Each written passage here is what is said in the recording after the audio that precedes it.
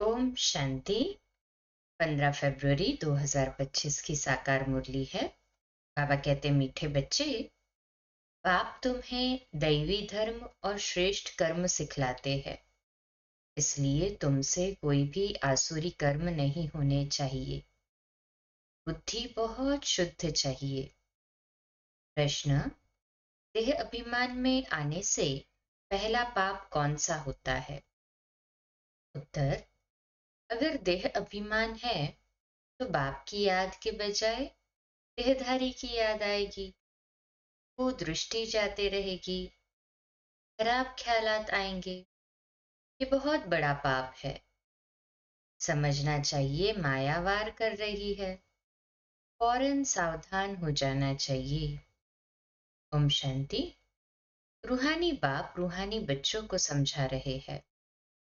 रूहानी बाप आए हैं कहाँ से? रूहानी दुनिया से, जिसको निर्वाण धाम अथवा शांति धाम भी कहते हैं। ये तो है गीता की बात। तुमसे पूछते हैं ये ज्ञान कहाँ से आया? बोलो, ये तो वही गीता का ज्ञान है ना। गीता का पाठ चल रहा है और बाप पढ़ाते हैं।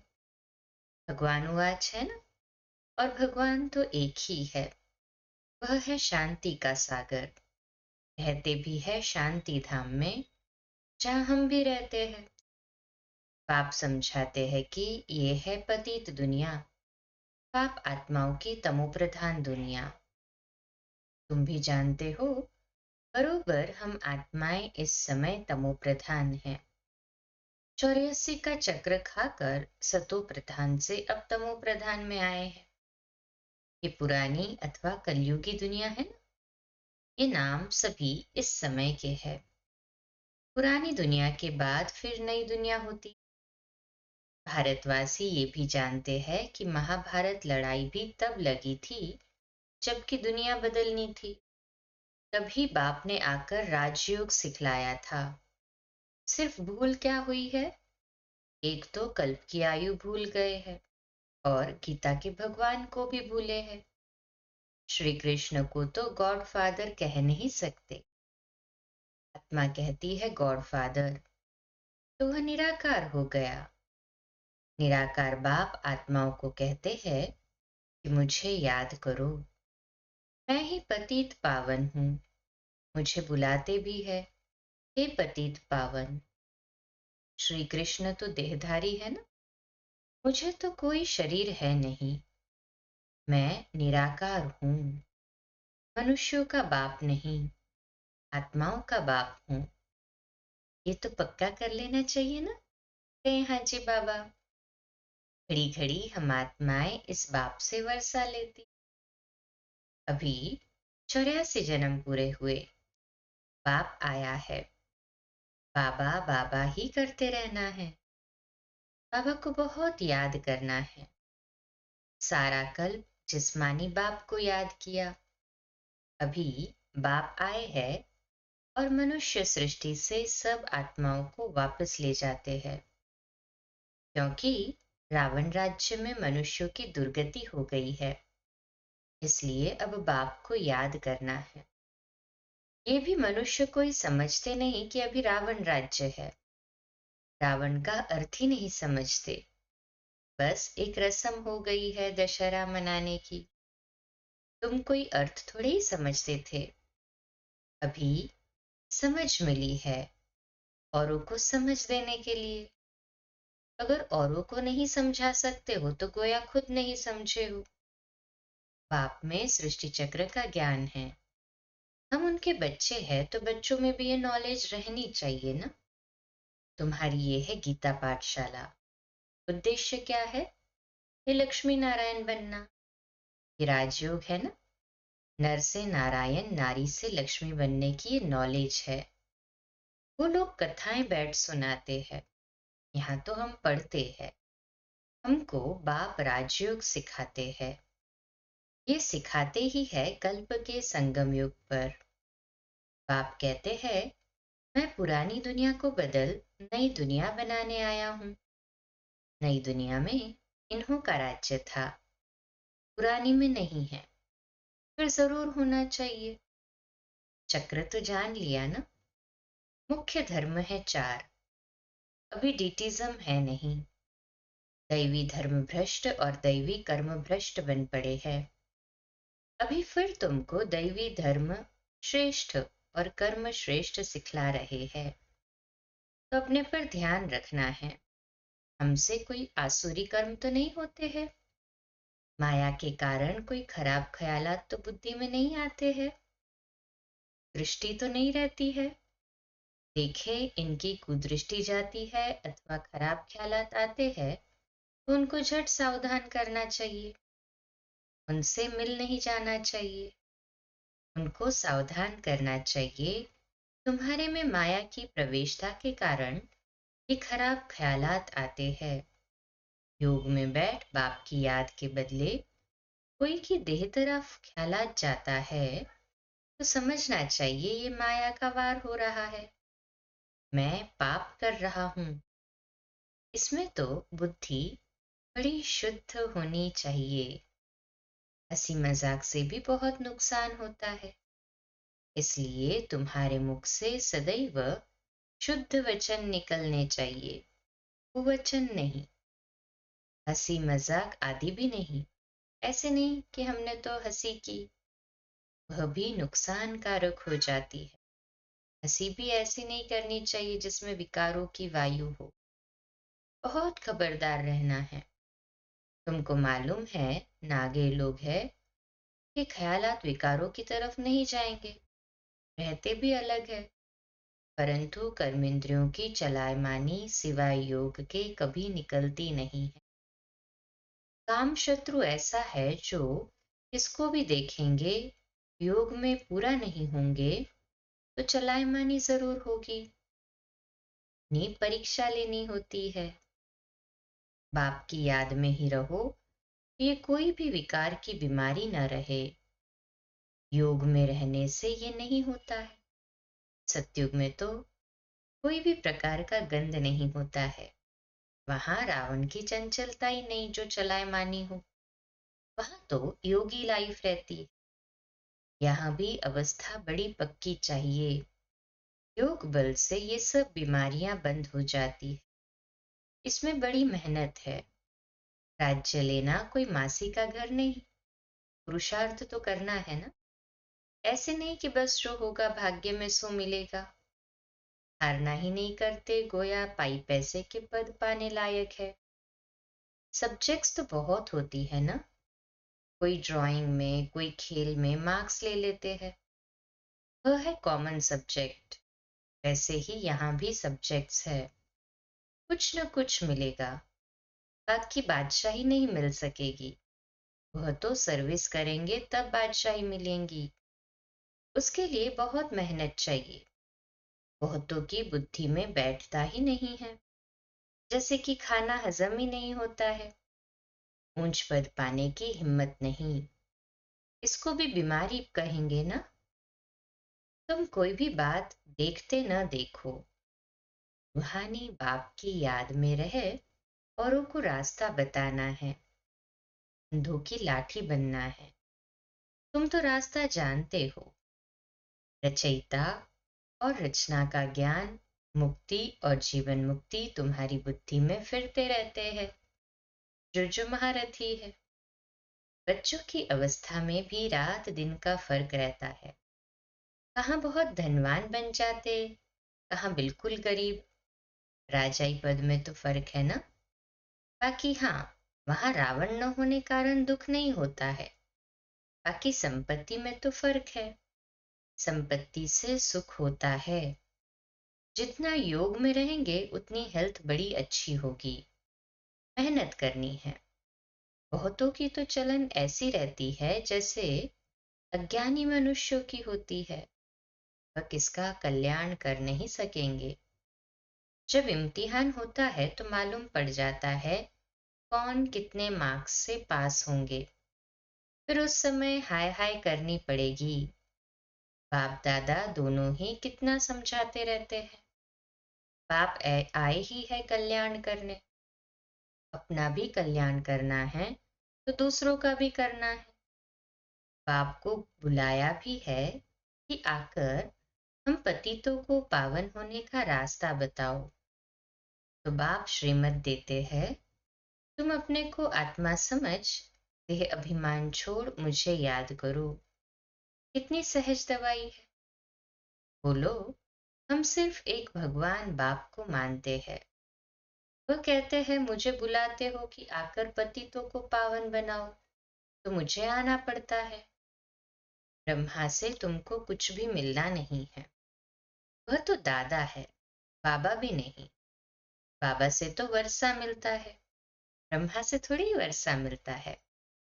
निराकार बाप इन द्वारा एडॉप्ट कर हम आत्माओं को पढ़ाते हैं। इनको अर्थात ब्रह्मा बाबा को भी पढ़ाते हैं। ब्रह्मा से तो कुछ भी मिलने का नहीं है। वर्षा बाप से ही मिलता है। इन द्वारा अर्थात शिव बाबा हाँ देते हैं।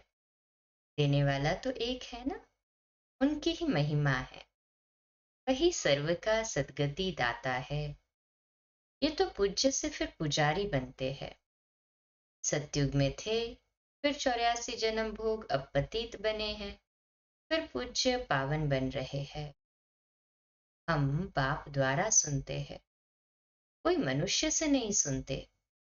मनुष्य का है ही भक्ति मार्ग, यह है रूहानी ज्ञान मार्ग। ज्ञान सिर्फ एक ज्ञान सागर के पास ही है। बाकी ये शास्त्र आदि सब भक्ति के है। शास्त्र आदि पढ़ना ये सब है भक्ति मार्ग।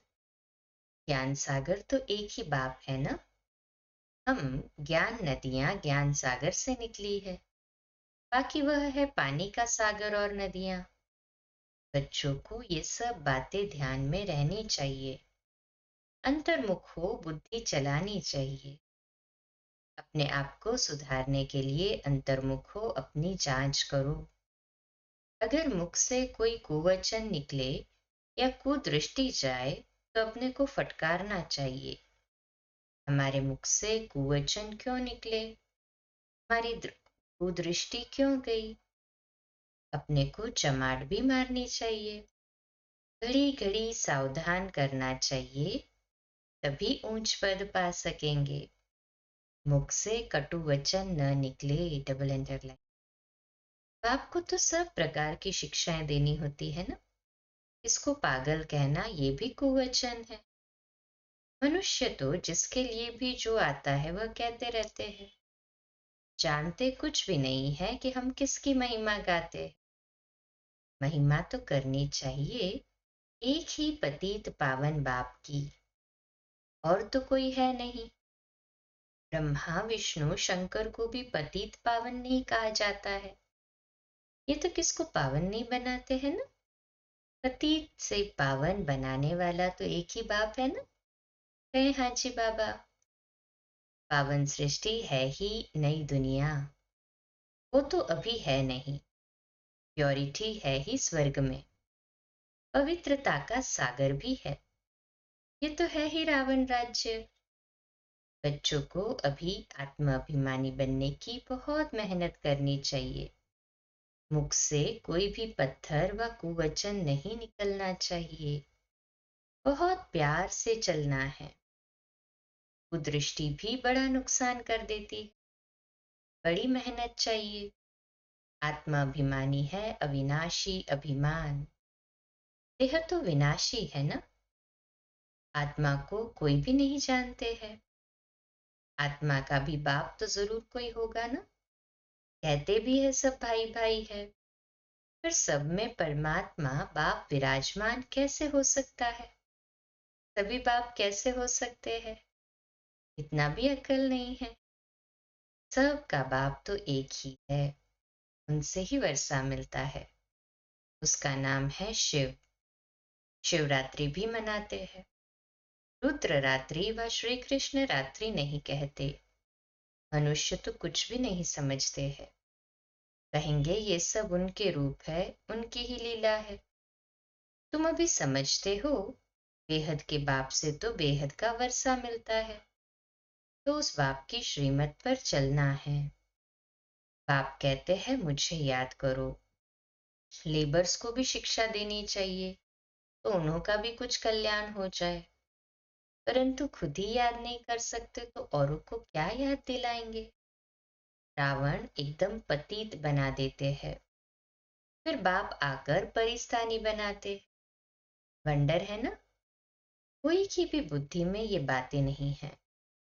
ये लक्ष्मी नारायण कितना ऊंच परिस्तानी से फिर कितना पतित बन जाते हैं।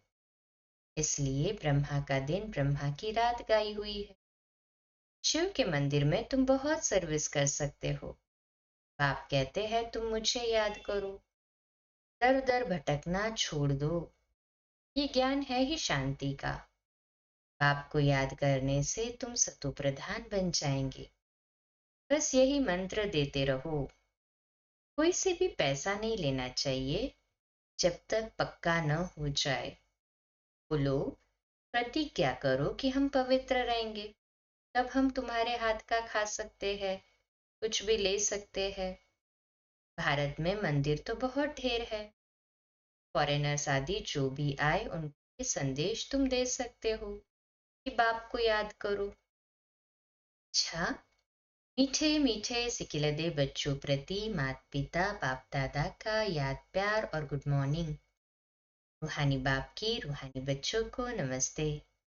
हम रूहानी बच्चों की रूहानी माता पिता बाप दादा को याद प्यार, गुड मॉर्निंग और नमस्ते। वाह बाबा वाह, शुक्रिया बाबा शुक्रिया। धारणा के लिए मुख्य सार है, पहली पॉइंट, कभी भी ऐसी हंसी मजाक नहीं करनी है जिसमें विकारों की वायु हो। अपने को बहुत सावधान रखना है। मुख से कटुवचन नहीं निकालने हैं। दूसरी पॉइंट, आत्माभिमानी बनने की बहुत बहुत प्रैक्टिस करनी। सबसे प्यार से चलना है। कुदृष्टि नहीं रखनी। कुदृष्टि जाए तो अपने आप को आप ही सजा देनी है। आज का मीठा वरदान, निरंतर याद और सेवा के बैलेंस से बचपन के नाज नखरे समाप्त करने वाले वानप्रस्थी भव। आज का स्वमान, मैं वानप्रस्थी आत्मा हूँ। विश्लेषण, छोटी छोटी बातों में संगम के अमूल्य समय को गंवाना बचपन के नाज नखरे है। अब ये नाज नखरे शोभते नहीं। वानप्रस्थ में सिर्फ एक ही कार्य रह जाता है, बाप की याद और सेवा। इसके सिवाय और कोई भी याद न आए। उठो तो भी याद और सेवा, सो तो भी याद और सेवा। निरंतर ये बैलेंस बना रहे। त्रिकालदर्शी बनकर बचपन की बातें व बचपन के संस्कारों को का समाप्ति समारोह मनाओ, तब कहेंगे वानप्रस्थी।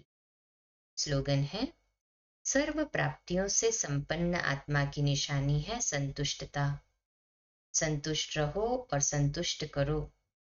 अव्यक्त इशारे, इस मंथ के अव्यक्त इशारे का टाइटल है, एकांत प्रिय बनो, एकता और एकाग्रता को अपनाओ। आज का अव्यक्त इशारा, एकांत एक तो स्थूल होती है, दूसरी सूक्ष्म भी होती है। एकांत के आनंद के अनुभवी बन जाओ तो बाह्य मुक्ता अच्छी नहीं लगेगी। अव्यक्त स्थिति को बढ़ाने के लिए एकांत में रुचि रखनी है। एकता के साथ एकांत प्रिय बनना है। अच्छा, कम बोलो, धीरे बोलो, मीठा बोलो, सत्य बोलो, सोच समझकर बोलो। निमित्त भाव, निर्माण भाव, निर्मल वाणी। आज का नया दिन आप सभी को मुबारक हो, मुबारक हो, मुबारक हो। शुभ दिवस। ओम शांति।